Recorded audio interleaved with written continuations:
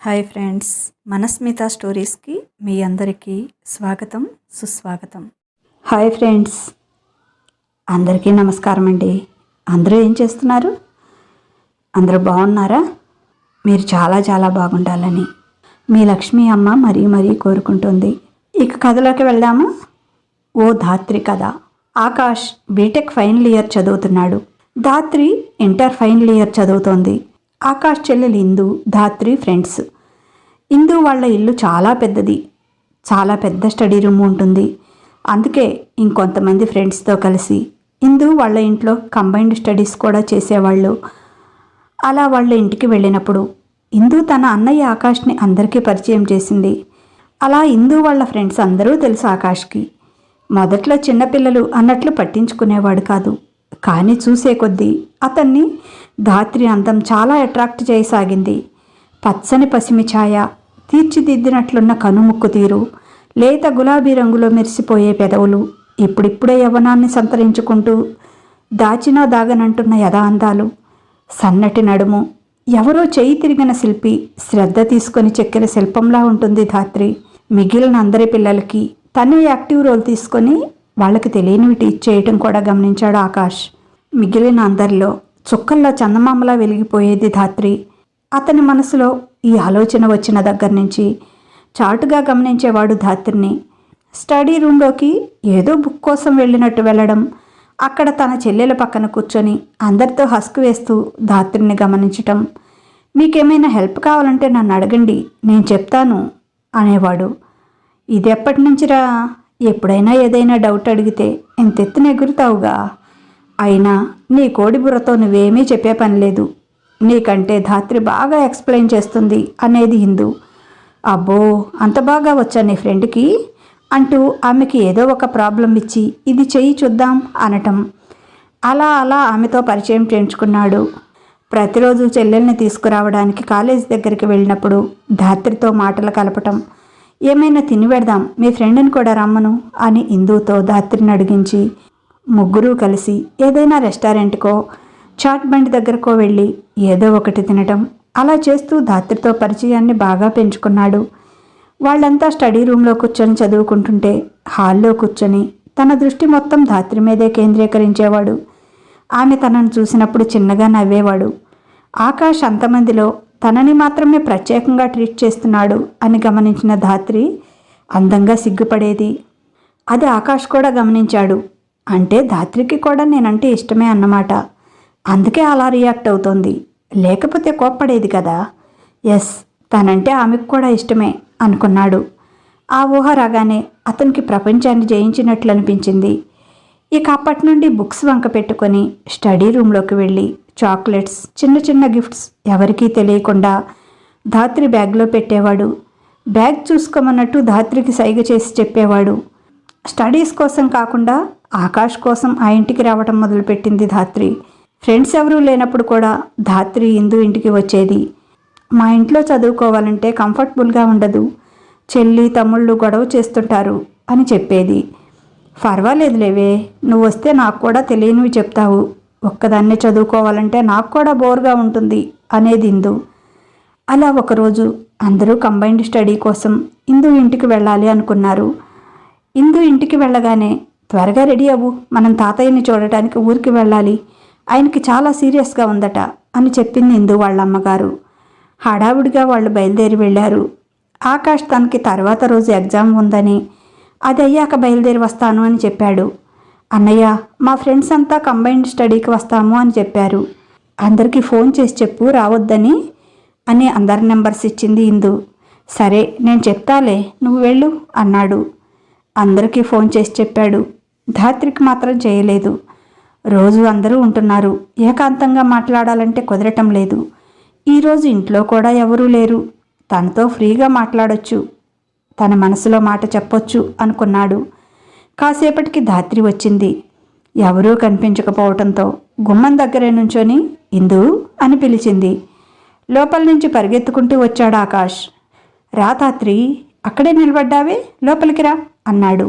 అది ఇందు లేదా అంది లోపలికి చూస్తూ. ముందు నువ్వురా అని ధాత్రి చేయి పట్టుకొని లోపలికి తీసుకొచ్చి సోఫాలో కూర్చోబెట్టి ఏం ఇందునే కావాలా, నేను వద్దా అన్నాడు. ఫ్రిడ్జ్లోంచి కూల్ డ్రింక్స్ తెచ్చి ధాత్రికి ఒకటిచ్చి తను ఒకటి తీసుకొని ఆమె ప్రక్కనే కూర్చున్నాడు. అలా అతను పక్కనే కూర్చుంటే ఒళ్ళు జల్లుమంది ధాత్రికి. అది కాదు, ఇందు ఎక్కడికి వెళ్ళింది, ఇంట్లో లేదా? మా ఫ్రెండ్స్ కూడా వస్తామన్నారు, ఎవరూ రాలేదా ఇంకా అంది. రాలేదు, రారు కూడా. మా తాతయ్యకి హెల్త్ బాగాలేకపోతే ఇందు అమ్మా నాన్నతో కలిసి ఊరు వెళ్ళింది. అందరికీ ఫోన్ చేసి చెప్పమంది, చెప్పాను. మీ ఫోన్ ఎంగేజ్ వచ్చింది ఎందుకో అని అబద్ధం చెప్పేశాడు. అయ్యో అవునా, నాకు తెలియక వచ్చాను. వర్షం కూడా పడేలా ఉంది.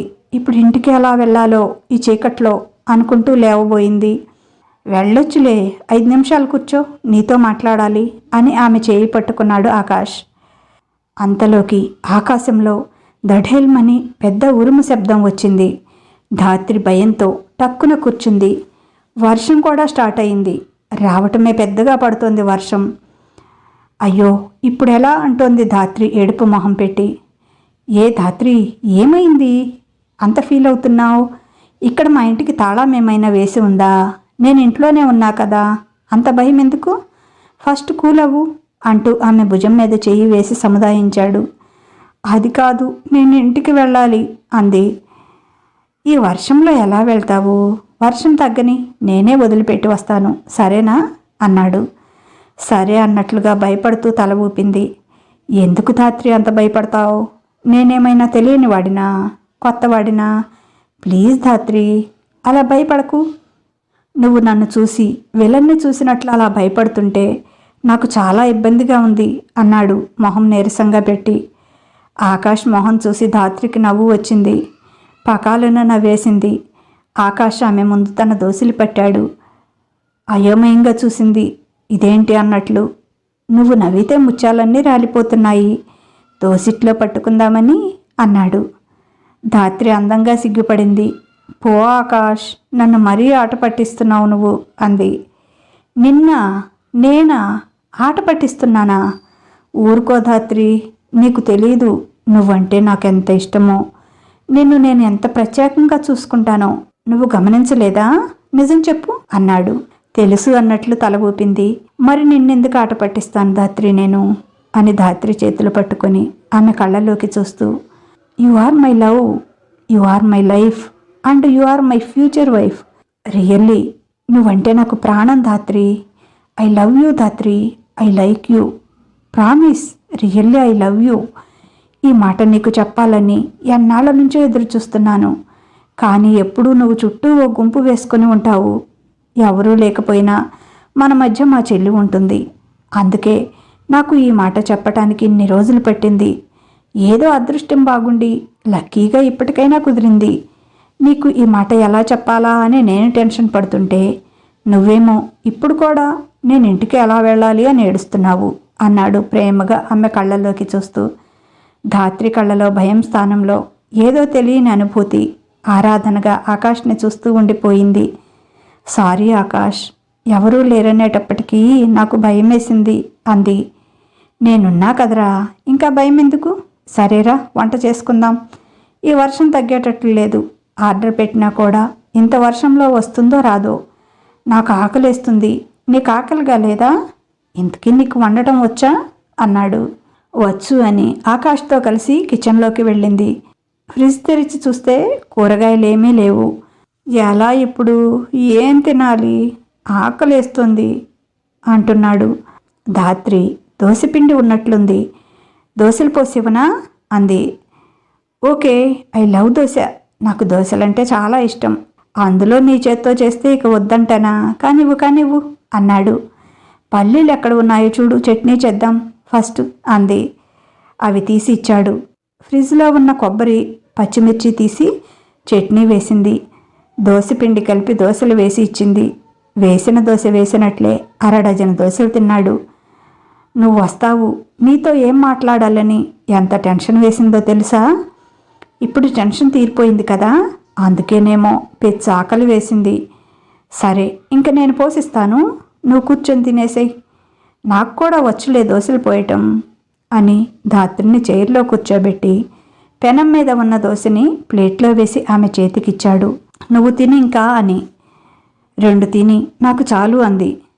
నువ్వు నాలో సగం కదా, కనీసం సగమైనా తినాలి అని బలవంతంగా ఇంకొక దోశ పోసి తినిపించాడు.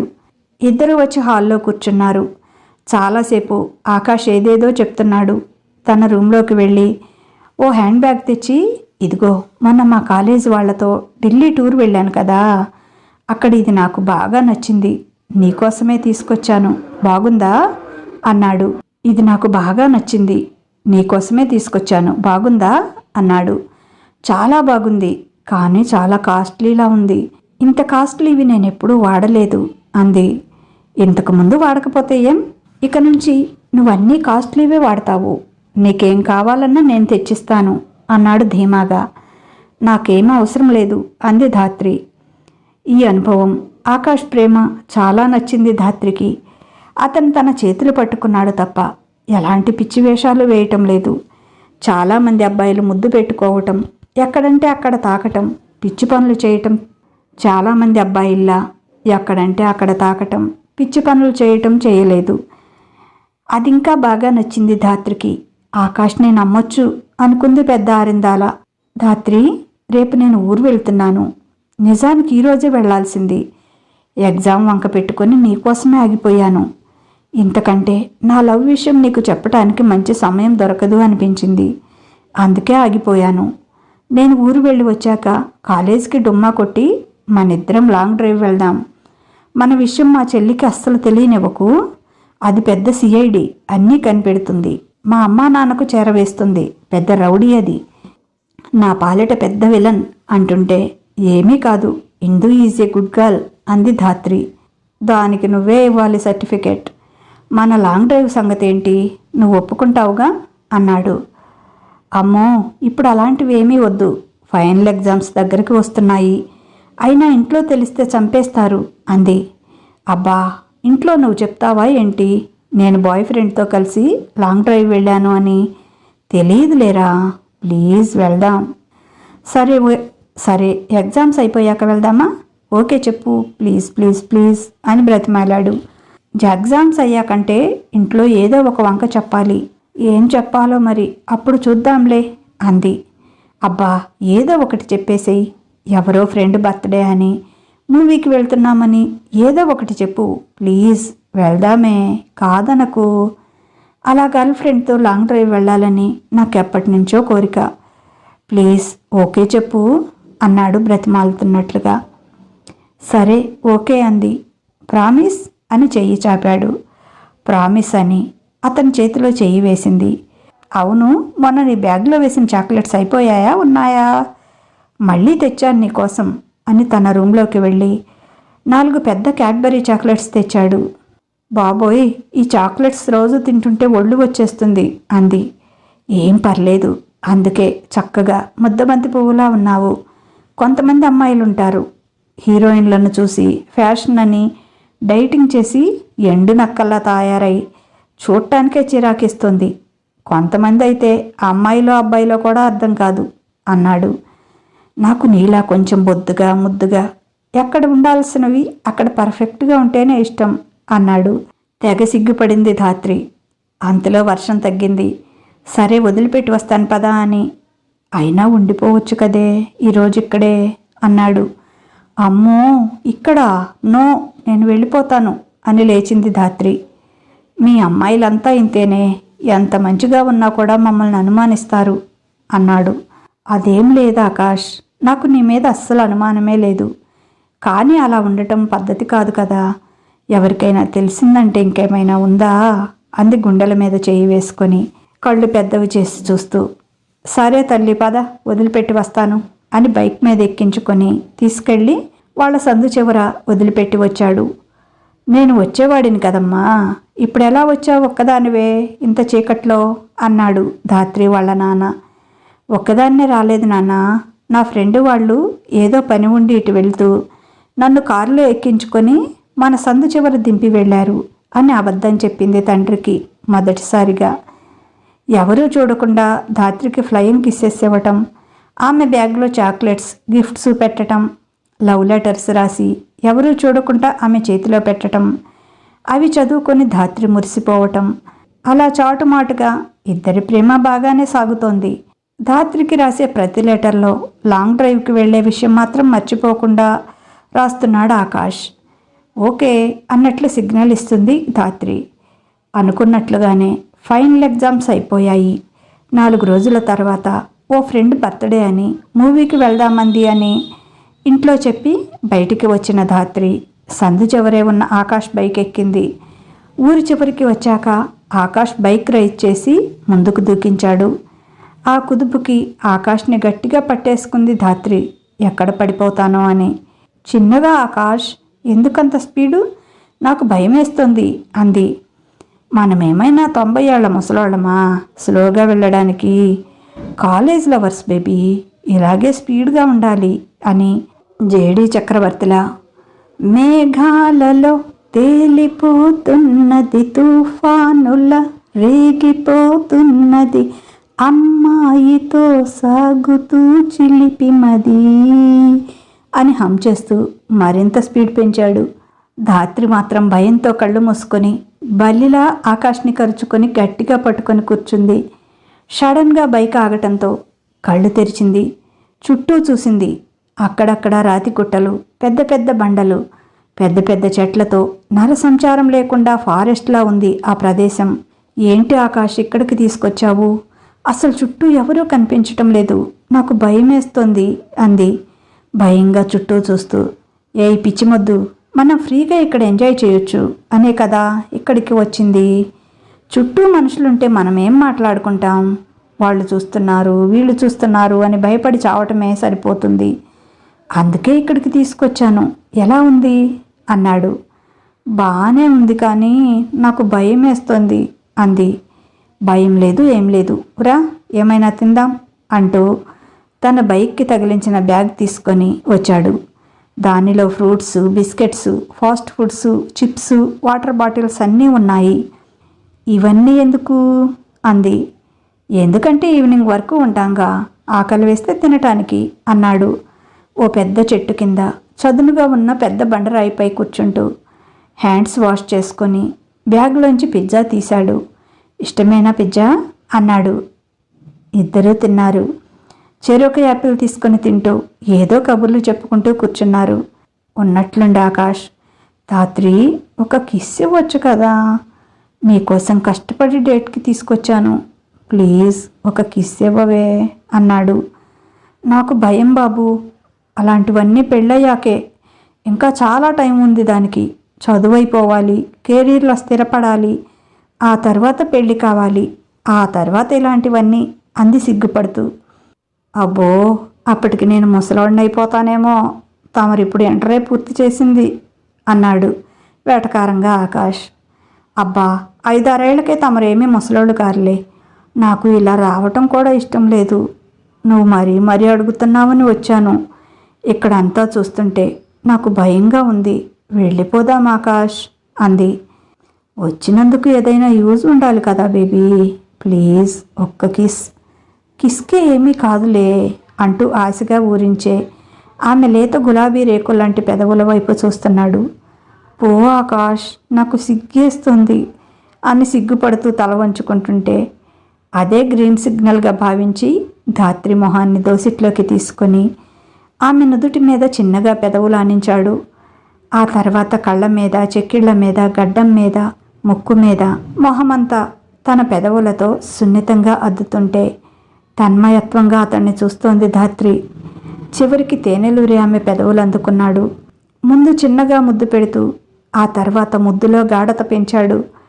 ఆ తొలి ముద్దులో పరవశించిపోతోంది ధాత్రి. తనకే తెలియకుండా ఆ పరవశంలో ఆకాష్ చుట్టూ చేతులు పెనవేసింది. అతనికి అనువుగా మారి అతని కౌగిల్లో ఒదిగిపోయింది. ఇద్దరూ ముద్దు మైకంలో ఈ లోకాన్ని మర్చిపోయారు. అంతలో డుగ్గు డుగ్గుమని బుల్లెట్ బైకుల శబ్దం కర్ణ కఠోరంగా వినిపించడంతో ఇద్దరూ విడివడి దూరంగా జరిగారు. వాళ్ళు కూర్చున్న బండ పక్కన 4 కుర్రాళ్ళు బైక్ ఆపకుండా యాక్సిలేటర్ రేస్ చేస్తూ బండ మీద కాలు పెట్టి వినోదంగా చూస్తూ ఉన్నారు. ధాత్రికి పై ప్రాణాలు పైనే పోయాయి. ఆకాష్కి కూడా కాళ్లలో వణుకు వస్తుంది వాళ్ళ అవతారాలు చూస్తుంటే. చాలా రఫ్గా రౌడీల్లా ఉన్నారు. కనీసం వాళ్ళని ఎదిరించడానికి కూడా ప్రయత్నించలేదు ఆకాష్. ఏంట్రా ఆపేశారు? కానివ్వండి కానివ్వండి, మిమ్మల్ని అలా చూస్తేనే కదా మాకు మూడ్ వచ్చేది. అయినా ఏం స్పాట్రా ఇది? మీ కాలేజ్ కుర్రాళ్ళందరికీ ఇలాంటి స్పాట్సే నచ్చుతాయేంట్రా? వారానికి ఒక పెట్ట దొరుకుతుందిరా ఇక్కడ. దొరికిన అన్ని పెట్టల్లోకి నీ పెట్ట హైలైట్రా అబ్బాయి. ఎక్కడ పట్టావురా దీన్ని? ఇంత మెత్తగా జున్ను ముక్కలా ఉంది, చూడగానే కసుక్కున కొరికేయాలనిపిస్తోంది అంటూ ఒకడు ధాత్రి నడుం పట్టుకొని మెల్లి తిప్పాడు. నొప్పికి అమ్మా అని కేక పెట్టింది. ఈ మాత్రానికేనా బేబీ? వీడు మరీ పప్పుగాడిలా ఉన్నాడు. అమ్మాయిలకి రఫ్గా ఉంటేనే నచ్చుతుందటగా. ఎలా ఉండాలో మేం చూపిస్తాంలేరా, చూసి నేర్చుకోరా అంటూ ధాత్రి చేయి పట్టుకొని గుంజాడు. ఇంకొకడు. బిక్క చచ్చిపోయింది ధాత్రి. ఆమె గుండె ఆగిపోతుందేమో అన్నంత గట్టిగా కొట్టుకుంటుంది. నోట్లోంచి మాట రావటం లేదు. కళ్ళలోంచి మాత్రం నీళ్లు కారిపోతున్నాయి. ప్లీజ్ అన్నా, చిన్నపిల్లన్నా, వదిలేయండి అన్నా, తనకేమీ తెలియదన్నా, వద్దు భయం అంటున్నా, నేనే తీసుకొచ్చానన్నా, ప్లీజ్ అన్నా వదిలేయండి అన్నా, కావాలంటే నా మెడలో చైన్ ఉంది, బ్రాస్లెట్ కూడా ఉంది, ఇచ్చేస్తానన్నా, తనని వదిలేయండి అన్నా ప్లీజ్ అని వాళ్ళ కాళ్ళు పట్టుకొని బ్రతిమాలుతున్నాడు ఆకాష్. అరే పోరాబాయ్, నీ తొక్కలో గోల్డ్ ఎవడికి కావాలి? కుప్పపోసిన బంగారం ఎక్కడుంటే అని ధాత్రి పొగ్గగిల్లాడు ఇంకొకడు. అయినా అవి నువ్విచ్చేదేంట్రా, మేమే తీసుకుంటాం అని చైను బ్రాస్లెట్ లాగేసుకొని ఆకాష్ షర్టు విప్పి అతన్ని దాంతోనే చెట్టుకు కట్టేశారు. అరే చూడరా బాయ్, నీకు అస్సలు ఎక్స్పీరియన్స్ లేదు, చూసి నేర్చుకోరా చంటోడా అని ధాత్రి మీద పిచ్చి కుక్కల్లా పడ్డారు. ధాత్రి గింజుకుంటోంది, ఏడుస్తోంది. ఆమె 4 పీకారు. అన్నా ప్లీజ్ అన్నా, మీ చెల్లి లాంటిదాన్ని అన్నా, నన్ను వదిలిపెట్టండి అని గుండె లవిసేలా ఏడుస్తున్నా ఆ పశువులు వినిపించుకోకుండా ధాత్రి మీద బలాత్కారం చేశారు. వారి రాక్షస క్రీడకి ధాత్రి స్పృహ తప్పిపోయింది. ఒరేయ్ సచ్చినట్టుందిరా అన్నాడు ఒకడు. ఎంత కదిపినా లేవలేదు, మొహాన నీళ్లు కొట్టినా లేవలేదు ధాత్రి. వాడు చేసిన ఘాతుకానికి ఆమెకు రక్తస్రావం అవుతుంది. ఒరేయ్ ఇది చస్తే మన మీదకొస్తుంది, పదండి అంటూ వాళ్ళ బైకులు వేసుకొని వెళ్ళిపోయారు. వెళ్తూ వెళ్తూ ఆకాష్ కట్లు విప్పి, నువ్వు కూడా కామ్గా వెళ్ళరా, మా గురించి ఎక్కడైనా చెప్పావో నీ అంతు చూస్తాం. ఇక్కడే ఉన్నావంటే పోలీసులు వచ్చి ముందు నిన్ను దొబ్బుతారు జైల్లో, ఏమీ తెలియనట్లు ఇంటికెళ్ళి బొబ్బో అని బెదిరించారు. ఆకాష్ నిజంగానే భయపడ్డాడు. పోలీసులు వచ్చి తనను తీసుకువెళ్తే తండ్రికి పరువు పోతుంది, తనను బ్రతకనివ్వడు. ధాత్రిని నేను తీసుకొచ్చినట్లు ఎవరికీ తెలియదు. అసలు ధాత్రి చచ్చిపోయింది అంటున్నారు. అనవసరంగా నా వల్లే ఇదంతా జరిగింది. తను వెళ్దామన్నప్పుడు వెళ్ళిపోయినా బాగుండేది అనుకున్నాడు. ధాత్రిని హాస్పిటల్కి తీసుకువెళ్దామనుకున్నాడు, కానీ అంత ధైర్యం చేయలేకపోయాడు. ఈ కేసు తన తలకు ఎక్కడ చుట్టుకుంటుందో అని భయపడ్డాడు. మెదలకుండా తన బైక్ వేసుకొని అక్కడ తన ఆనవాళ్ళు ఏమీ లేకుండా చూసుకొని అక్కడి నుంచి వెళ్ళిపోయాడు. ధాత్రికి ఒంటి నిండా దెబ్బలు. వారి రాక్షస క్రీడకు గుర్తుగా ఒంటి నిండా పంటికాట్లు. వారి పైశాచికత్వానికి గుర్తుగా బ్లీడింగ్ అవుతుంది. ఆమె ఒంటి మీద నూలు పోగు కూడా లేదు. ఆకాష్కి కూడా కనీసం ఆమె ఒంటి మీద గుడ్డైనా కప్పాలి అన్న ఆలోచన రాలేదు. కేసు ఎక్కడ తన మీదకు వస్తుందో అని మాత్రమే భయపడుతున్నాడు తప్ప ఒక్క క్షణం కూడా ధాత్రి గురించి ఆలోచించలేదు. సాయంత్రానికి పశువులు కాసేవాళ్ళు పశువుల్ని ఇంటికి తోలుకెళ్తూ ధాత్రిని చూశారు. కొన ప్రాణంతో కొట్టుకుంటుంది. అయ్యో పాపం, బంగారం లాంటి బిడ్డ, ఏ రాక్షసులు ఇలా చేశారు అనుకొని అంబులెన్స్కి ఫోన్ చేస్తే వచ్చి ధాత్రిని తీసుకొని వెళ్ళింది. ఆమెనే ఆ స్థితిలోకి నెట్టిన ఆకాష్ చదువులేని పశువుల కాపర్లు మాత్రం కూడా చేయలేకపోయాడు. హాస్పిటల్లో ధాత్రిని చూసిన డాక్టర్ కళ్ళు చెమర్చాయి. అమ్మాయిలు ఇంత అమాయకంగా ఎవరితో అంటే వాళ్ళతో అలాంటి నిర్జన ప్రదేశాలకు ఎలా వెళ్తారు? ఇలాంటి కేసులు ఎన్నో చూస్తుందామె. కొంతమంది ఆ దారుణానికి తట్టుకోలేక చనిపోయిన వాళ్ళు కూడా ఉన్నారు. పోలీసులకి ఫోన్ చేసింది డాక్టర్. ధాత్రి దగ్గర ఎలాంటి ప్రూఫ్స్ లేకపోవడంతో ఆమెకు స్పృహ వచ్చాక ఫోన్ చేయమని చెప్పేసి వెళ్ళిపోయారు. వాళ్లకున్న 1,00,000 కేసుల్లో ఈ కేసును వాళ్ళు పెద్దగా పట్టించుకోలేదు. ధాత్రి తల్లిదండ్రులు కూతురు రాత్రైనా ఇంటికి రాలేదని ఆమె ఫ్రెండ్స్కి ఫోన్ చేశారు. అలాంటిదేమీ లేదంకుల్, ఈరోజు మాలో ఎవరి బర్త్డే కాదు, తనకి ఇంకా ఎవరైనా ఫ్రెండ్స్ ఉన్నారేమో, తను మా దగ్గరికి రాలేదు అని చెప్పారు. కూతురి కోసం వెతుకుతూ ఆందోళన పడుతుంటే సందు ఎదురుగ్గా ఉన్న బడ్డీ కొట్టు అతను చెప్పాడు. మీ అమ్మాయి పొద్దున ఎవరో ఒక అబ్బాయితో బైక్ మీద వెళ్ళిందండి అని చెప్పాడు. అవును, నేను చూశానని ఇంకొక అతను చెప్పాడు. దాంతో కూతురు ఎవరితోనో లేచిపోయింది అని నిర్ణయించుకున్నాడు తండ్రి. ఈ దిక్కుమాలిన దాన్ని చదివించి గొప్పదాన్ని చేయాలనుకుంటే ఇలా మా నెత్తిన నిప్పులు పోస్తుందా దరిద్రపది అని తిట్టుకొని తెల్లారి లేస్తే అందరికీ మొహం చూపించలేక రాత్రికి రాత్రే ఆ ఇల్లు ఖాళీ చేసి వెళ్ళిపోయాడు. ఎక్కడికి వెళ్ళాడో ఎవరికీ తెలియదు. ఇక్కడ హాస్పిటల్లో కోమాలోకి వెళ్ళిన ధాత్రి 4 నెలలకు కానీ లేవలేదు. ఆమె తేరుకోవడానికి, మామూలుగా మాట్లాడటం, నడవటం నార్మల్ స్థితికి రావడానికి ఇంకో నెల పట్టింది. మొదట్లో ఆమెకు జరిగింది కూడా గుర్తుకు రాలేదు. డాక్టర్ కూడా ఆలోచించింది. పోలీసులకు చెప్పి మీడియాలో ప్రచారం చేసి ఈ అమ్మాయిని బజార్ను వేయటం తప్పితే ఉపయోగమేమీ లేదు. ఆమె తల్లిదండ్రులు కూడా ఇంతవరకు కేసు పెట్టినట్టు లేదు మా అమ్మాయి మిస్సింగ్ అని. అందుకే ఆమె బ్రతుకు బజార్ను పడవేయలేక పోలీసులకు కబుర్ చేయకుండా కామ్గా ఉండిపోయింది.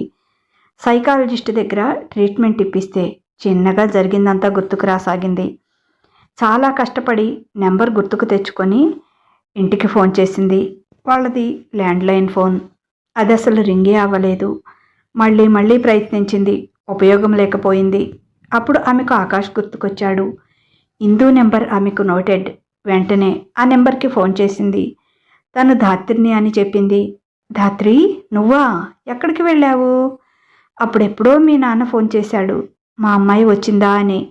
రాలేదు అంకుల్ అని చెప్పాను. ఆ తర్వాత ఇక నీ జాడే లేదు, నీ ఫోను లేదు. మీ ఇంటికి ఫోన్ చేసినా ఎవరూ ఎత్తలేదు. ఏమైపోయావే? కనీసం ఫోన్ కూడా చేయటం లేదు అంది నిష్ఠూరంగా.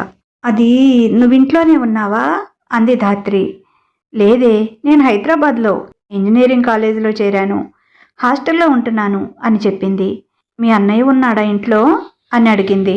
అన్నయ్య ఎక్కడ ఉన్నాడు? అన్నయ్య అమెరికా వెళ్ళాడు MBA చేయడానికి. నాన్న బిజినెస్లో అన్నయ్యే కదా చూసుకోవాల్సింది. ఏమీ అవసరం లేదు, ఇక్కడే చదువుకో అని నాన్న అన్నా అన్నయ్య వినలేదు. నేను అమెరికాలోనే చదవాలి అని పట్టుబట్టి వెళ్ళాడు అని చెప్పింది. అప్పుడు అర్థమైంది ధాత్రికి, ఆకాష్ తనని వదిలించుకోవటానికి USA వెళ్ళాడని. విరక్తిగా నవ్వుకుంది. ఇందు, మీ అన్నయ్య నెంబర్ ఉంటే ఇస్తావా? నా ఫ్రెండ్ అక్కడే ఉంది, తనకి కొంచెం హెల్ప్ కావాలంట. తెలిసిన వాళ్ళు ఎవరైనా ఉంటే చెప్పమంది. ఆకాష్ అమెరికా వెళ్ళాడని తెలిసి అడుగుతున్నాను అంది. ఓకేనే అని ఆకాష్ నెంబర్ ఇచ్చింది. ఆ నెంబర్కి కాల్ చేసింది ధాత్రి. అన్నోన్ నెంబర్ చూసి ఎవరు అన్నాడు ఆకాష్. నా పేరు ధాత్రి, గుర్తున్నానా అంది పొంగురుపోయిన గొంతుతో. ధాత్రి, నువ్వా? బ్రతికే ఉన్నావా ఇంకా అన్నాడు ఆశ్చర్యంగా. అంటే చచ్చిపోయాననుకున్నావా? కనీసం చచ్చానో బ్రతికానో కూడా పట్టించుకోలేదా అంది ఆవేదనగా. అది సారీ ధాత్రి, వాళ్ళు నువ్వు చనిపోయావు అన్నారు. మళ్ళీ కేసు ఎక్కడ నా మెడకు చుట్టుకుంటుందో అని నసిగాడు. వాళ్ళు అన్నారా? అంటే కనీసం నువ్వు నేను చచ్చిపోయానో బ్రతికే ఉన్నానో కూడా చూడలేదా? నీకంటే పశువుల కాసేవాళ్లే నయంగా నా ఒంటి మీద గుడ్డ కప్పి అంబులెన్స్కి ఫోన్ చేశారు. ఇదేనా ఆకాష్ ప్రేమంటే? ఒకవేళ నీకే ఏదైనా ఆపద జరిగి ఉంటే నా ప్రాణం పోయినా నిన్న అలా వదిలేసి వచ్చేదాన్ని కాదు అంది బాధగా. సారీ ధాత్రి అన్నాడు. సారీతో తీరిపోతుందా నా బాధ? నాకిలా జరగడానికి కారణం నువ్వు. నాకు చెప్పకుండా అక్కడికి తీసుకువెళ్ళింది నువ్వే. అక్కడికి వెళ్ళాక కూడా నాకు భయమేస్తోంది, వెనక్కి వెళ్ళిపోదామన్నాను నేను. అలా ఎవరూ లేని దగ్గర ఎంజాయ్ చేయడానికి వీలవుతుంది అన్నావు. వాళ్ళని నువ్వు గెలవగలవా లేదా అనేది తర్వాత సంగతి. కనీసం నువ్వు ఎదిరించి ఉంటే నేను సంతోషపడేదాన్ని. ఓ నిమిషం వాళ్ళని బ్రతిమాలేవు అంతే. వాళ్ళు నా జీవితాన్ని కుక్కలు చింపిన విస్తరి చేస్తుంటే వినోదం చూస్తూ ఉన్నావు. ఈరోజు నా జీవితం ఇలా నాశనం అయ్యిందంటే నీ వల్లే కదా. మరి నన్నేం చేయమంటావు ఇప్పుడు అంది. ఏం చేస్తావు? నీ విషయం ఎవరికీ తెలియదుగా. ఇంటికి వెళ్ళిపో, మీ నాన్న తెచ్చిన సంబంధం చూసి పెళ్లి చేసుకో. ఇంతకంటే ఇంకేం చేస్తావు అన్నాడు. అయితే నువ్వు నన్ను పెళ్లి చేసుకోవా? నన్ను ప్రేమించానన్నావు, నువ్వే నా లైఫ్ అన్నావు, ఫ్యూచర్ వైఫ్ అన్నావు. అన్నీ ఒట్టి మాటలేనా? నేనేమీ నాకు ఇష్టమై వాళ్లతో అలా ఉండలేదు కదా. వాళ్ళు నిన్ను కొట్టినట్లే నన్ను ఈ విధంగా చేశారు. నీ శరీరానికైన గాయాలు 2 రోజుల్లో తగ్గితే నా శరీరానికైన గాయాలు ఆలస్యంగా తగ్గాయి. కానీ నా మనసులో అప్పుడు ఇప్పుడు ఎప్పుడూ నువ్వే ఉన్నావు ఆకాష్. మనసులో నిన్ను పెట్టుకొని ఇంకెవరినో ఎలా పెళ్లి చేసుకోను అంది. అంటే కొంపతీసి ఇప్పుడు నన్ను పెళ్లి చేసుకోమంటావా ఏంటి అన్నాడు ఎగతాళిగా. నేనంటే నీకు ప్రేమ కదా, ఇష్టం కదా, నా మనసు ఇప్పటికీ నీదే కదా, చేసుకుంటే ఏమవుతుంది అంది. ఏంటి చేసుకునేది? నా కళ్ళ ముందే 4 రౌడీలు నిన్ను రేప్ చేశారు. నా కళ్ళ ముందే చెడిపోయిన నిన్ను నన్ను పెళ్లి చేసుకోమంటావా? No, never. కలలో కూడా జరగదు అలాంటిది. ఊహించుకోకు అన్నాడు నిర్దయగా. వాడెవడో నాకు తెలియకుండా, నాకు ఇష్టం లేకుండా నా శరీరాన్ని తాకితే అది నా తప్పు కాదు కదా. దానికి నేనెలా బాధ్యురాలినవుతాను? దీనిలో నేను చేసిన తప్పేంటి? ఏమీ ఎరుగని నా మనసులో ప్రేమ అనే బీజం వేశావు. ఇప్పుడు ఎవడో ఏదో చేశాడని తూచి ప్రేమ లేదు పెళ్లి లేదు అంటున్నావు. నీకిది న్యాయమా ఆకాష్? పైగా నాకు ఈ అన్యాయం జరగటానికి కారణం కూడా నువ్వే. ప్లీజ్ ఆకాష్, ఇంకోసారి ఆలోచించు ప్లీజ్ అంది. సారీ ధాత్రి, అలాంటి ఆలోచనలు పెట్టుకోకు. నీలాంటి పేదమ్మాయిని ప్రేమించి ఏదో కొన్నాళ్ళు సరదాగా ఎంజాయ్ చేద్దాం అనుకున్నాను. అంతేకాని పెళ్లి చేసుకోవాలని నేను అనుకోలేదు. అసలు నీలాంటి పేదమ్మాయిని మా ఇంట్లో వాళ్ళు ఎలా ఒప్పుకుంటారనుకున్నావు? మా అమ్మా నాన్న సంగతి తెలుసు కదా. ఇక ఇప్పుడు నువ్వు చెడిపోయిన ఆడదానివి. మామూలుగా ఉన్నా ఏదో ట్రై చేసేవాడిని మా ఇంట్లో ఒప్పించడానికి. నా కళ్ళ ముందే చెడిపోయిన ఆడదాన్ని నేను పెళ్లి చేసుకోవాలి అని నువ్వెలా అనుకుంటున్నావు? అది అసలు సాధ్యమేనా? అస్సలు కాదు. నా మీద ఆశలు వదులుకో. నేను ఇండియాకి తిరిగి రాను. నేను అమెరికా వచ్చింది నీ గొడవ నా తలకి చుట్టుకుంటుందేమో అనే భయమేసే. ఇక చచ్చినా అక్కడికి రాను. ఇక నలుగురి చేతుల్లో నలిగిన నిన్ను నేను పెళ్లి చేసుకోవటం అనేది కలలో మాట. ఎవడో గంతకు తగ్గ బొంతని చూసి పెళ్లి చేసుకో. భార్య చనిపోయిన వాళ్ళు, డైవోర్స్ తీసుకున్న వాళ్ళు, కొంచెం ఏజ్ ఎక్కువైనా అలాంటి వాళ్ళు అయితే బెస్ట్. నువ్వు చెడిపోయావు అనేది వాళ్ళు యాక్సెప్ట్ చేయగలుగుతారు. ఆల్రెడీ వాడు కూడా కొంత లైఫ్ గడిపి ఉన్నాడు కాబట్టి. నాలాంటి పెళ్లి కాని అబ్బాయిల్ని ట్రై చేయకు. అది తర్వాత అయినా వికటిస్తుంది. ఇదే నా సలహా ఓ ఫ్రెండ్గా. ఇంకా నాకెప్పుడు ఫోన్ చేయకు. చేసినా రెస్పాండ్ అవ్వను. రేపటి నుంచి నేను నెంబర్ కూడా మార్చేస్తాను అన్నాడు. ఆకాష్, ఒక్క మాట అడుగుతాను, నిజం చెప్పు. నువ్వు నిజంగా నన్ను ప్రేమించావా లేదా? ఆ రోజు అక్కడికి నన్ను ఎందుకు తీసుకెళ్ళావు? ప్లీజ్ నిజం మాత్రమే చెప్పు అంది. నిజం మాత్రమే చెప్పాలి అంటే అది ప్రేమ కాదు, అట్రాక్షన్. మీ ఫ్రెండ్స్ అందరిలోకి స్పెషల్గా, అమాయకంగా, అందంగా, విరిసి విరియని గులాబీ మొగ్గలా ఉన్న నిన్ను చూడగానే నాకు సొంతం చేసుకోవాలి అనిపించింది. నా సొంతం చేసుకోవాలి అనిపించింది. ట్రై చేశాను, పడిపోయావు. ఇంకా ఆ రోజు నిన్ను అక్కడికి తీసుకువెళ్ళింది కూడా అందుకే.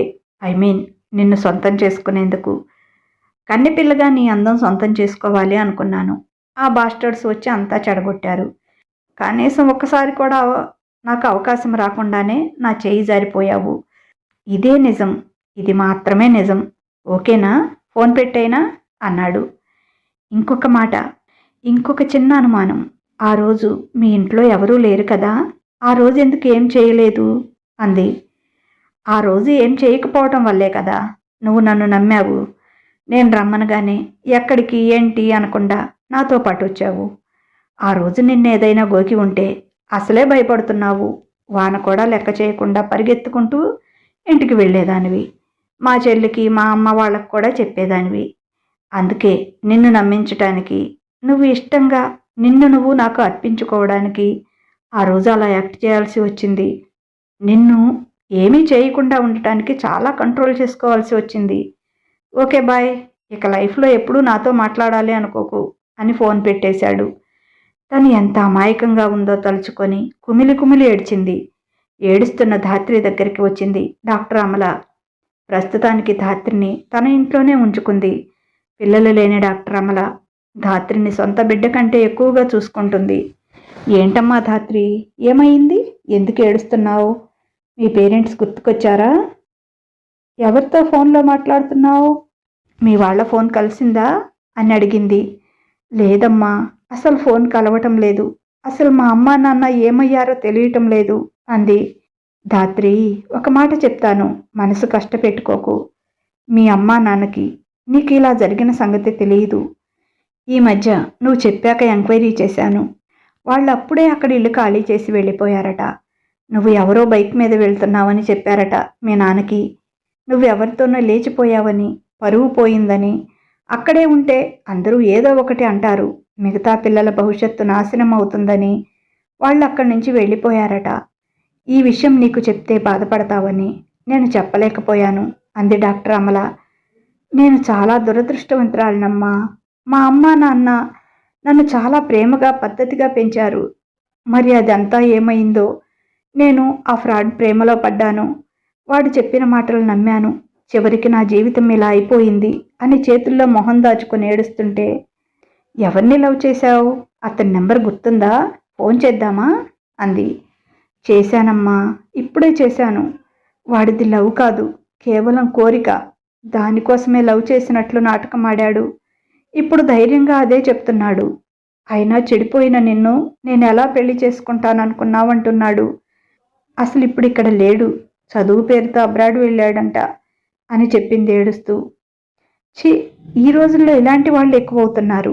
అయినా అలాంటి వెధవని నమ్మి నువ్వు అలా ఎలా వెళ్ళావు ధాత్రి అలాంటి ప్లేస్కి? అసలైనా నీకు ఈ వయసులో లవ్వేంటి? నీకేం తెలుసని బాధపడింది అమల. దేనికి సమాధానం చెప్పలేక చేతుల్లో మొహం దాచుకొని ఏడుస్తూ ఉండిపోయింది. నీ సమస్యకి ఏడుపు సమాధానం కాదు ధాత్రి. ఇప్పుడు నువ్వేం చేయాలనుకుంటున్నావు? కనీసం అదైనా అవగాహన ఉందా నీకు అని అడిగింది. లేదమ్మా, నాకేమీ అర్థం కావటం లేదు. అయినా నేనేదైనా చేయాలనుకున్నా నాకు అండగా ఎవరున్నారిప్పుడు? కన్నవాళ్ళు అపార్థం చేసుకున్నారు, కంటికే కనిపించకుండా పోయారు. ప్రేమించిన వాడు చీపో అన్నాడు. 10 మంది దృష్టిలో ఒక చెడిపోయిన దానిగా ముద్రపడిన దాన్ని. చివరికి అనాథలా మిగిలిపోయాను. ఇంకా నేనేం చేయగలనమ్మా? రిస్క్ తీసుకొని కష్టపడి నన్ను బ్రతికించారు. అలాగే మీ హాస్పిటల్లో ఓ నర్సుగా చేర్చుకొని నాకు బ్రతుకు తెరువు కూడా చూపించండి. 10 మందికి ఉపయోగపడే అదృష్టం కల్పించండి. అంతకంటే ఇంకేం చేయగలను అంది దిగులుగా. పిచ్చిపిల్ల, నీకు మా ఇంట్లోనే కాదు, మా మనసుల్లో, మా జీవితాల్లో కూడా చోటిచ్చాము. నిన్ను మేము దత్తత తీసుకుంటాం. అప్పుడు నువ్వు చట్టపరంగా మా కూతురు అవుతావు. నీకు మేమున్నాము, భయపడకు, బాధపడకు. నీ జీవితంలో నుంచి ఈ 6 నెలల కాలాన్ని నువ్వు ఎరేజ్ చేసేసేయి. అంతకుముందు ధాత్రి ఏం చేయాలనుకుందో అది చెయ్యి. నీకు మేమండగా ఉంటాం అని డాక్టర్ అమల చెప్తుంటే, అప్పుడే అక్కడికి వచ్చిన ఆమె భర్త రఘు కూడా, అవును తల్లి, మాకు పిల్లలు లేరు. నిన్ను మేము దత్తత తీసుకొని మా కూతుర్ని చేసుకోవాలి అనుకుంటున్నాము. నీకు ఇష్టమేనా అన్నాడు ఆశ్చర్యంగా వాళ్ళని చూస్తూ. నన్ను, నాలాంటి దాన్ని మీరు దత్తత తీసుకుంటారా? వద్దమ్మా, నా వల్ల మీ పేరు కూడా చెడిపోతుంది అంది. నువ్వేంటో, నీ మనస్తత్వం ఏంటో మాకు అర్థమైంది. ఎవరు అనే మాటలను మేము లెక్క పెట్టం. మాకు కావాల్సింది నువ్వు, నీ అభిప్రాయం. నీకు ఇష్టమైతే ఈ క్షణం నుంచి చట్టపరంగా కూడా నువ్వు మా కూతురివి. దత్తత నీకు ఇష్టం లేకపోయినా కూడా నిన్ను మా బిడ్డలానే చూసుకుంటాను. నిన్నేమీ అనాథలా వదిలేయము అంది. వాళ్ళ పాదాలు కన్నీళ్లతో కడిగింది ధాత్రి. మీలాంటి మంచి వాళ్ళ గురించి కథల్లో, సినిమాల్లో వినడమే కానీ నిజంగా ఇప్పుడే చూస్తున్నాను. ఇంత మంచి తల్లిదండ్రులకి కూతురు కావడం నా అదృష్టం అంది ఏడుస్తూ. పిచ్చి పిల్ల, లే, ఇంకెప్పుడూ ఏడవకు, బాధపడకు. ఈ ఆలోచనల నుంచే కాదు, ఈ ఊరి నుంచే కాదు, ఈ దేశం నుంచి కూడా మనం వెళ్ళిపోతున్నాం. కొద్ది రోజుల్లో మనం అమెరికా వెళ్తున్నాం. మీ డాడీకి అక్కడ సర్జన్గా పోస్ట్ వచ్చింది. అక్కడికి వెళ్ళాక నేను కూడా ఏదైనా హాస్పిటల్లో జాయిన్ అవుతాను. నువ్వేం చదువుకోవాలనుకుంటావో అక్కడే చదువుకోవచ్చు అంది. ఈరోజే దత్తత ప్రాసెస్ పూర్తి చేసి నీకు వీసాకి అప్లై చేద్దాం. నీ వీసా ఎప్పుడు వస్తే అప్పుడు వెళ్ళిపోదామని చెప్పింది. 8 ఏళ్ల తర్వాత టెక్సాస్ నగరంలోని అతిపెద్ద హాస్పిటల్లోకి వచ్చిన అంబులెన్స్లో కారు యాక్సిడెంట్లో బాగా దెబ్బలు తగిలి ప్రాణాపాయ స్థితిలో అపస్మారకంగా ఉన్న ఓ పేషెంట్ని స్ట్రెచర్ మీద ఆపరేషన్ థియేటర్కి తీసుకువెళ్లారు. 2 డాక్టర్స్ చాలా శ్రమించి అతన్ని బ్రతికించారు. అతనికి 2 కాళ్ళు, 1 చెయ్యి 2-3 చోట్ల ఫ్రాక్చర్ అయ్యాయి. ఒంటి మీద కూడా చాలా గాయాలు ఉన్నాయి. 3వ రోజుకు అతనికి స్పృహ వచ్చింది. అతని అడ్రస్ అడిగి అతనిచ్చిన నెంబర్కి కాల్ చేశారు హాస్పిటల్ స్టాఫ్. విని పెట్టేశారు కానీ అతని కోసం ఎవరూ రాలేదు. రౌండ్స్కి వచ్చి అతన్ని టెస్ట్ చేస్తున్న డాక్టర్ని చూసి ఆశ్చర్యంతో నోరు తెరిచాడు. ధాత్రి అని గొణిగాడు. అతన్ని టెస్ట్ చేస్తూ ఎలా ఉంది అడుగుతోంది. అతనికి నీరసంతో గొంతులోంచి మాట రావటం లేదు. అయినా ధాత్రి, ఐఆమ్ వెరీ సారీ ధాత్రి, నేను అలా చేసినందుకు నాకు బాగానే పనిష్మెంట్ పడింది. వెరీ సారీ ధాత్రి అంటున్నాడు. అంతలోకి అక్కడికి ఇంకొక డాక్టర్ వచ్చాడు. డాక్టర్ గగన్, మీరు ఈ పేషెంట్ని చూసుకోండి అని అతను మాట్లాడుతున్నది పట్టించుకోకుండా వేరే పేషెంట్ దగ్గరికి వెళ్ళిపోయింది ధాత్రి. వాళ్ళిద్దరూ ఐసీయూలో రౌండ్స్ పూర్తి చేసుకొని బయటికి వెళ్ళిపోయారు. వెళుతూ వెళుతూ ధాత్రి వెనక్కి తిరిగి చూసింది. ఆ చూపులో ప్రపంచంలోని అసహ్యాన్నంతా కురిపిస్తున్నట్లుగా ఉన్నాయి. ఆ చూపుల ధాటికి తట్టుకోలేక మొహం పక్కకు తిప్పుకున్నాడు ఆకాష్. సిస్టర్ని పిలిచి ఆమె ఎవరు అని అడిగాడు. అతను డాక్టర్ గగన్, ఆమె మిస్సెస్ ధాత్రి గగన్. వాళ్లే చాలా రిస్క్ చేసి మీ ప్రాణాలు కాపాడారు. మీది ఇండియానే కదా? వాళ్ళది కూడా ఇండియానే అని చెప్పింది ఆ సిస్టర్. డాక్టర్ ధాత్రి ఇక్కడ ఎప్పటి నుంచి వర్క్ చేస్తున్నారు అని అడిగాడు. స్టడీస్ పూర్తయిన దగ్గర నుంచి ఇదే హాస్పిటల్లో చేస్తున్నారు. It's a good surgeon. And doctor Gagan కూడా good orthopaedic surgeon. Doctor Dhatri parents కూడా ఇక్కడే డాక్టర్స్ అని చెప్పింది సిస్టర్. వాట్, ధాత్రి పేరెంట్స్ డాక్టర్సా అన్నాడు ఆశ్చర్యంగా. Yes, doctor Raghuram Nadella senior cardiologist, doctor Amala Nadella gynaecologist, వారి డాటర్ ధాత్రి నాదెళ్ళ అని వివరంగా ఇంగ్లీష్లో చెప్పింది. ధాత్రి నాదెళ్ళ డాక్టర్ రఘురామ్ కూతురా? ఆ ధాత్రి ఈ ధాత్రి ఒకరు కాదా? మరి అచ్చం అలాగే ఉంది. ఆ ధాత్రి కాకపోతే నన్నెందుకు అంత అసహ్యంగా చూస్తుంది? లేదు, ఏదో జరిగింది అనుకున్నాడు. సరే, ఆమె సంగతి తర్వాత ఆలోచిద్దామనుకొని, సిస్టర్ మా మిస్సెస్కి ఫోన్ చేశారా అని అడిగాడు. యా, చాలాసేపు అయింది చేసి, ఆవిడ సమాధానం చెప్పలేదు అని చెప్పింది. సిస్టర్ దగ్గర ఫోన్ తీసుకొని తన భార్య శృతికి ఫోన్ చేశాడు. లిఫ్ట్ చేయలేదు. మళ్ళీ మళ్ళీ చేశాడు. 4th టైం కాల్ రిసీవ్ చేసుకొని, ఏమొచ్చింది, ఫోన్ లిఫ్ట్ చేయలేదంటే పనిలో ఉన్నానని అర్థం, యూజ్లెస్ ఫెలో, ఆ మాత్రం తెలియదా అని చిరాగ్గా ఫోన్ కట్ చేయకుండానే పక్కన పడేసింది శృతి. మాటలు వినిపిస్తున్నాయి. చిన్నగా అరిచి, హే నాటి, పిచ్చెక్కిందా అలా కరుస్తున్నావు అంటుంది మత్తుగా. నీ అందం చూస్తుంటే కొరుక్కుని తినాలనిపిస్తుందే అంటున్న సుపరిచితమైన గొంతు తన ఫ్రెండ్ శశాంక్ది. ఛీ అనుకొని కాల్ కట్ చేశాడు. అయితే కొత్తగా వేడిన లైన్లో పెట్టిందా అనుకున్నాడు. శృతి హైదరాబాద్లో రాజకీయంగా పలుకుబడి ఉన్న పెద్ద పారిశ్రామికవేత్త కూతురు. ఆకాష్ తండ్రికి దూరపు చుట్టరికం. ఎంతగానో నచ్చి మెచ్చి పెళ్లి చేసుకున్నాడు శృతిని. శృతి చాలా అందంగా ఉంటుంది. చాలా మోడర్న్ అమ్మాయి కూడా. పెళ్లి చేసుకొని ఇద్దరూ అమెరికా వచ్చేశారు. ఆమె తండ్రికి కావలసినంత డబ్బు ఉంది. లగ్జరీ లైఫ్ ఎంజాయ్ చేయటానికి అమెరికానే సరైన ప్లేస్ అని ఆమె ఉద్దేశం. ఇద్దరి తండ్రులు ఇండియాలో ఉండమంటున్నా వినకుండా ఆకాష్ని అమెరికా తీసుకొని చెక్కేసింది. వారి కాపురం ముచ్చటగా 3 నెలలు సంతోషంగా గడిచింది. శృతికి ఏ వస్తువు ఒక పట్టాన నచ్చదు. ఎంతో నచ్చి చాలా ఖర్చు పెట్టి కొన్న వస్తువుని కూడా కొద్ది రోజులు వాడి దాని మీద మొహం మొత్తింది అని డస్ట్బిన్లో పడేస్తుంది. అలాగే ఆమెకు ఆకాష్ కూడా మొహం మొత్తాడు. ఆకాష్కి వారి ఫస్ట్ నైట్ రోజే తెలిసింది ఆమెకు ఇది ఫస్ట్ నైట్ కాదని. అదే మాట ఆమెను అడిగాడు. ఆమె నిర్భయంగానే చెప్పింది, కాదు, ఇప్పటికి 5-6 సంవత్సరాలుగా నేను చాలామందితో లివింగ్లో ఉన్నాను. నిజంగా నాకు ఈ పెళ్ళి ఈ గొడవ ఇష్టం లేదు. బట్ మా డాడీ గొడవ పడలేక నిన్ను పెళ్లి చేసుకున్నాను. మొగుడంటూ ఒకడు ఉండాలి కదా చెప్పుకోవడానికి. ఇక్కడ కాదులే, ఇండియాలో. అందుకే నిన్ను పెళ్లి చేసుకున్నాను. అది మా డాడీ కోసమే. ప్రస్తుతానికి నువ్వే నా మొగుడివి అంది. ఆమె విశృంఖలత్వం చూసి కొంచెం భయపడ్డాడు ఆకాష్. అంటే 4-5 నెలలాగి నన్ను కూడా హిట్ చేస్తుందా అనుకున్నాడు. అనుకున్నట్లే అయింది. 4 నెలల తర్వాత సరిగ్గా ఇంటికి వచ్చేది కాదు. బయటికి వెళ్తే 2-3 రోజుల వరకు ఇంటి మొహం చూసేది కాదు. ఎక్కడికి వెళ్ళావు అంటే, ఫ్రెండ్స్తో సరదాగా తిరుగుతున్నాను. ఎప్పుడు నీ మొహం చూస్తూ కూర్చోవాలా ఇంట్లో అనేది. ఓ రోజు ఆకాష్కి ఓ పబ్బులో ఫుల్లుగా తాగి ఓ నీగ్రో వాడితో డ్యాన్స్ చేస్తూ కనిపించింది శృతి. అప్పుడు ఆమె ఒంటి మీద ఇన్నర్స్ తప్ప ఏమీ లేవు. వాడేమో ఒళ్ళంతా తాకుతూ ముద్దులు పెట్టుకుంటూ అసహ్యంగా చేస్తున్నాడు. శృతి వాడిని ఎంకరేజ్ చేస్తుంది. కాసేపటికి ఇద్దరూ కలిసి ఎటో వెళ్తుంటే ఆకాష్ ఇక ఆగలేక, శృతి ఏంటిది, రా ఇంటికి వెళ్దాం అన్నాడు. ఆమె ఆకాష్ని చూసి ఏమాత్రం భయపడలేదు. ఓ ఆకాష్, నువ్వా? వీడు నా న్యూ బాయ్ ఫ్రెండ్ డానియల్. ప్రస్తుతానికి వీడితో డేట్ చేస్తున్నాను. నువ్వు ఇంటికి వెళ్ళు బేబీ, నేను రేపు వస్తాను అని చెప్పి ఆకాష్ మాట వినిపించుకోకుండా అతనితో వెళ్ళిపోయింది. తర్వాత 2 రోజులకి ఇంటికి వచ్చింది. ఆకాష్ గొడవ వేసుకున్నాడు. మరీ బరి తెగించి బజార్ దానిలా ప్రవర్తిస్తున్నావన్నాడు. అవును, అయితే ఏంటి? వాడు నాకు నచ్చాడు. నా ఫ్రెండ్స్ చెప్పారు నీగ్రోస్ చాలా స్ట్రాంగ్గా ఉంటారని. వాళ్ళు చెప్పింది నిజమే. వాడు చాలా స్ట్రాంగ్, నీలా పప్పు కాదు. నువ్వు బెడ్ మీద నన్ను అస్సలు సాటిస్ఫై చేయలేకపోతున్నావు. అందుకే వాడితో కొన్నాళ్ళు ఎంజాయ్ చేయాలనుకుంటున్నాను అని నిర్మోహమాటంగా చెప్పింది.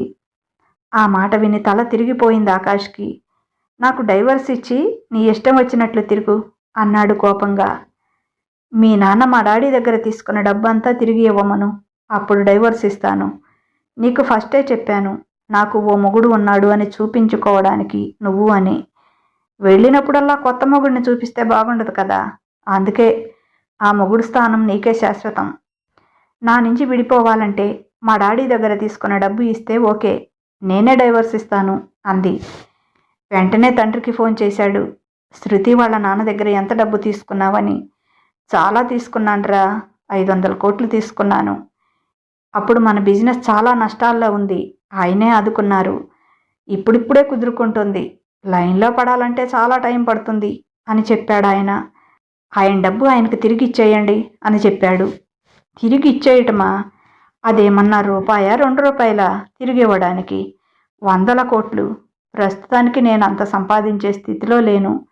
నువ్వు ఇక్కడికి అఘోరించి ఈ బిజినెస్ చూసుకొని కొంచెం పైకి తెస్తే మన జీవితాలు బాగుపడతాయి. ఆ డబ్బంతా నేను ఆల్రెడీ బిజినెస్లో పెట్టేశాను. ఇప్పుడప్పుడే అంత ప్రాఫిట్ రాదు. అంత ప్రాఫిట్ రావాలంటే 10 ఏళ్లే పడుతుందో ఇంకా ఎక్కువే పడుతుందో అని చెప్పాడు. దాంతో నోరు మూసుకొని శృతి ఆగడాలని భరిస్తూ ఉన్నాడు. నెలకి ఒక బాయ్ ఫ్రెండ్ను మారుస్తూ హ్యాపీగా ఎంజాయ్ చేస్తోంది శృతి. ఆకాష్ మాత్రం అది భరించలేక ఏం చేయాలో అర్థం కాక తల పట్టుకొని కూర్చున్నాడు. ధాత్రికి నేను చేసిందే నాకు ఎదురు వచ్చింది అని చాలాసార్లు అనుకున్నాడు. అన్నీ భరిస్తూ సంవత్సరం నుంచి నోరు మూసుకొని పడి ఉన్నాడు. మొన్న మరీ దారుణంగా ఎవరో కండలు తిరిగిన అమెరికా బాక్సర్ని ఇంటికే తీసుకొని వచ్చింది. తన ఇంట్లో తన ముందే బెడ్రూమ్లో వాళ్ళిద్దరూ రొమాన్స్ చేస్తుంటే ఆకాష్ వెళ్ళి తలుపులు దబదబా బాది శృతితో గొడవ పెట్టుకున్నాడు. ఆమె కూడా ఇష్టం వచ్చినట్లు తిట్టింది. పెళ్ళాన్ని సుఖపెట్టడం చేతకాని వెధవ్వి అంది. అందుకే నా సుఖం నేను చూసుకుంటున్నాను అంది. ఇష్టమైతే ఇంట్లో ఉండు, లేకపోతే బయటకు దొబ్బే అంది. ఆ మాటలు తట్టుకోలేక ఫుల్లుగా తాగి కార్ డ్రైవ్ చేసుకుంటూ వెళ్ళి యాక్సిడెంట్ చేశాడు. వచ్చి హాస్పిటల్లో పడ్డాడు. మర్నాడు శృతి వచ్చి కాళ్ళు చేతులు అన్నీ విరక్కొట్టుకొని మంచంలో పడ్డావు. ఇంటికి తీసుకెళ్ళి నీకెవడు సేవలు చేస్తాడు? డైవర్స్ కావాలని ఏడుస్తున్నావుగా, తీసుకో అని డైవర్స్ పేపర్స్ మీద సైన్ చేసి అతని మొహాన కొట్టి వెళ్ళిపోయింది. తన పరిస్థితి ఏమిటో అర్థం కాలేదు ఆకాష్కి. ఇప్పుడు తనని ఎవరు చూసుకుంటారు అని ఆలోచిస్తున్నాడు. ధాత్రి, గగన్ ఏదో మాట్లాడుకుంటూ వార్డులోకి వస్తున్నారు. వెంటనే అతనికి ఓ కన్నింగ్ ఐడియా వచ్చింది. ధాత్రి మాత్రం ఆకాష్ దగ్గరికి రావడం లేదు. మిగతా వాళ్ళనే చూసుకొని వెళ్ళిపోతుంది. గగన్ ఆకాష్ని చూస్తున్నాడు. ధాత్రికి ఫోన్ రావడంతో గగన్కి చెప్పి బయటికి వెళ్ళిపోయింది. అప్పుడు ఆకాష్ గగన్ చేతులు పట్టుకొని, నన్ను క్షమించండి డాక్టర్, నేను మీ వైఫ్కి అప్పట్లో చాలా అన్యాయం చేశాను అని జరిగిందంతా చెప్పాడు. పాపం మీకు ఇదంతా తెలుసో తెలీదో నేను అనవసరంగా చెప్పాను. నా కడుపులో బాధను దించుకోవటానికి. ధాత్రి నన్ను చూడటానికి కూడా ఇష్టపడటం లేదు. మీరైనా నన్ను క్షమించమని చెప్తారని మీకు చెప్పాను. సారీ డాక్టర్, మీరు ధాత్రిని అనుమానించకండి. తను చాలా మంచి అమ్మాయి. జరిగిన దానిలో తన తప్పేమీ లేదు. అలాంటి ప్లేస్కు తీసుకువెళ్ళడం నాదే తప్పు. ఆ రాక్షసులు ధాత్రిని నా కళ్ళ ముందే అలా చేయటంతో నేను తట్టుకోలేకపోయాను. అది భరించలేక ఇక ఆమె మొహం చూడలేక తనని చూస్తుంటే జరిగిన దారుణమే గుర్తుకొస్తోంది. అందుకే తనకి దూరమయ్యాను. తను నన్ను అపార్థం చేసుకుంది. నాతో మాట్లాడమని చెప్పండి డాక్టర్. నన్ను క్షమించమని చెప్పండి. మీరు మాత్రం తనని అపార్థం చేసుకోవద్దు అని నొక్కి చెప్తున్నాడు. మిస్టర్ ఆకాష్, నేను ప్రేమించింది ధాత్రిని. ఆమెను శరీరాన్ని మాత్రం కాదు. నేను ఒక డాక్టర్ని. దాన్ని ఓ పెద్ద తప్పుగా నేనేం తీసుకోలేదు. అది ధాత్రి ప్రమేయం లేకుండా జరిగింది. దానిలో ధాత్రి తప్పేముంది అసలు? ఈ విషయం అంతా నాకు తెలియదు అనుకుని నాకు చెప్తున్నారా మీరు? నాకు ఎప్పుడో తెలుసు. ధాత్రిని సేవ్ చేసిందే మా అత్తయ్య నేను కలిసి. ఆమెను బ్రతికించాం. అక్కడ ఏం జరిగిందో, నువ్వేం చేశావో, ధాత్రి కోమాలోంచి బయటికి వచ్చాక నీకు ఫోన్ చేస్తే నువ్వు ఎలా రియాక్ట్ అయ్యావో నాకంతా తెలుసు. అయినా ధాత్రి దేవత లాంటిది. అవన్నీ గుర్తుపెట్టుకోకుండా ఇప్పుడు ఓ డాక్టర్గా నీ ప్రాణాన్ని కాపాడింది. ఆమె నిన్ను ఎప్పటికీ క్షమించదు. క్షమించాలని ఆశించవద్దు. నీ మొహం చూడటానికి కూడా తను ఇష్టపడటం లేదు. కేవలం డాక్టర్గా తన ధర్మాన్ని నిర్వహించింది అంతే అని అక్కడి నుంచి వెళ్ళిపోబోయాడు గగన్. చప్పట్లు కొడుతూ అక్కడికి వచ్చింది. అంతా విన్న ధాత్రి, నువ్వు ఇప్పటికైనా మారావేమో అనుకున్నాను. నువ్వు ఏమీ మారలేదు. నువ్వు ఇదంతా గగన్కి ఎందుకు చెప్తున్నావో నాకు తెలియదనుకుంటున్నావా?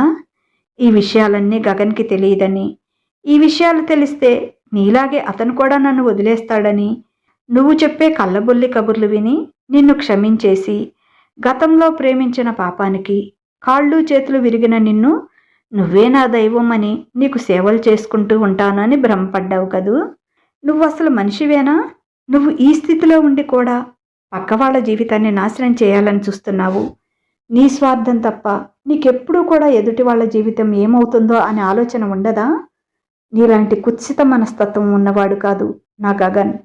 అన్నీ తెలిసి తన జీవితంలో నాకు చోటిచ్చాడు.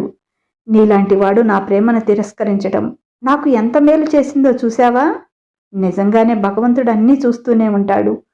ఎవరికి చేయవలసిన న్యాయం వాళ్ళకి చేస్తాడు. నీకు కూడా చాలా మంచి న్యాయమే చేశాడు నీ భార్య విషయంలో.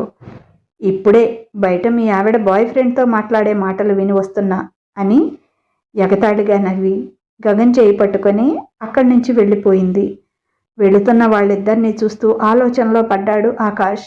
ఏంటి జరిగిందంతా ఇతనికి తెలిసే ధాత్రిని పెళ్లి చేసుకున్నాడా? అంటే అప్పుడు ధాత్రిని బ్రతికించింది వీళ్ళేనా? ఆ తర్వాత వాళ్ళ కూతురుగా చేసుకున్నారా? వాళ్ళ మేనల్లుడికి ఇచ్చి చేశారా?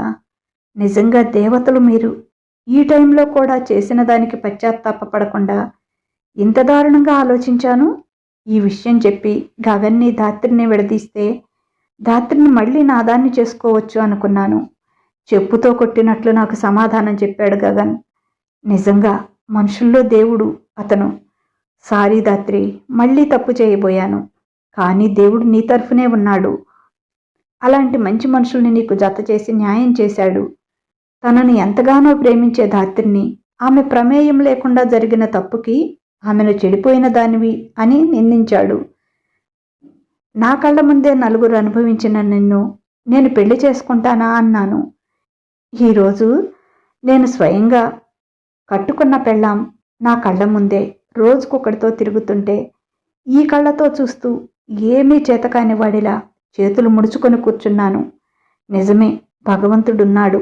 అన్నీ చూస్తూనే ఉన్నాడు. ఎవరికి చేయాల్సిన మంచి వాళ్ళకి చేస్తాడు.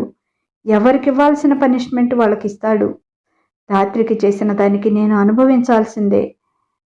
అప్పుడే పాప ప్రక్షాళన అవుతుంది అనుకున్నాడు. చేయి చేయి కలిపి నడుస్తున్న వాళ్ళిద్దరినీ చూస్తూ. ఇదండి కదా, ఎలా ఉంది? మీకు నచ్చిందా? ఎప్పుడైనా అంతేనండి. ఎవరికో అన్యాయం చేయాలని చూస్తే ఆ అన్యాయం మనకే ఎదురు తిరిగి వస్తుంది. ఒకరికి మంచి చేయాలని చూస్తే అదే మంచి మనకి వస్తుంది. అందుకే మనం ఎప్పుడు ఎదుటి వాళ్ళకి మంచి చేయకపోయినా పర్వాలేదు, చెడు మాత్రం చేయకుండా ఉంటే చాలు. భగవంతుడు మనల్ని ఆశీర్వదిస్తాడు. ఈ ధాత్రి కథ మీకు ఎలా అనిపించింది? ఈ కథ మీకు నచ్చితే ఓ చిన్న లైక్ ఇవ్వండి. అలాగే ఈ కథ పైన మీ అమూల్యమైన అభిప్రాయాన్ని ఓ చిన్న కామెంట్ ద్వారా తెలియచేయండి. మన మాటే మంత్రం మనస్మిత స్టోరీస్ని సబ్స్క్రైబ్ చేసుకోండి. మీకు తెలిసిన వారికి కూడా షేర్ చేయండి. వారితో కూడా చదివించండి. ఇక ఉంటాను. బాయ్. మీ లక్ష్మి ఘంట.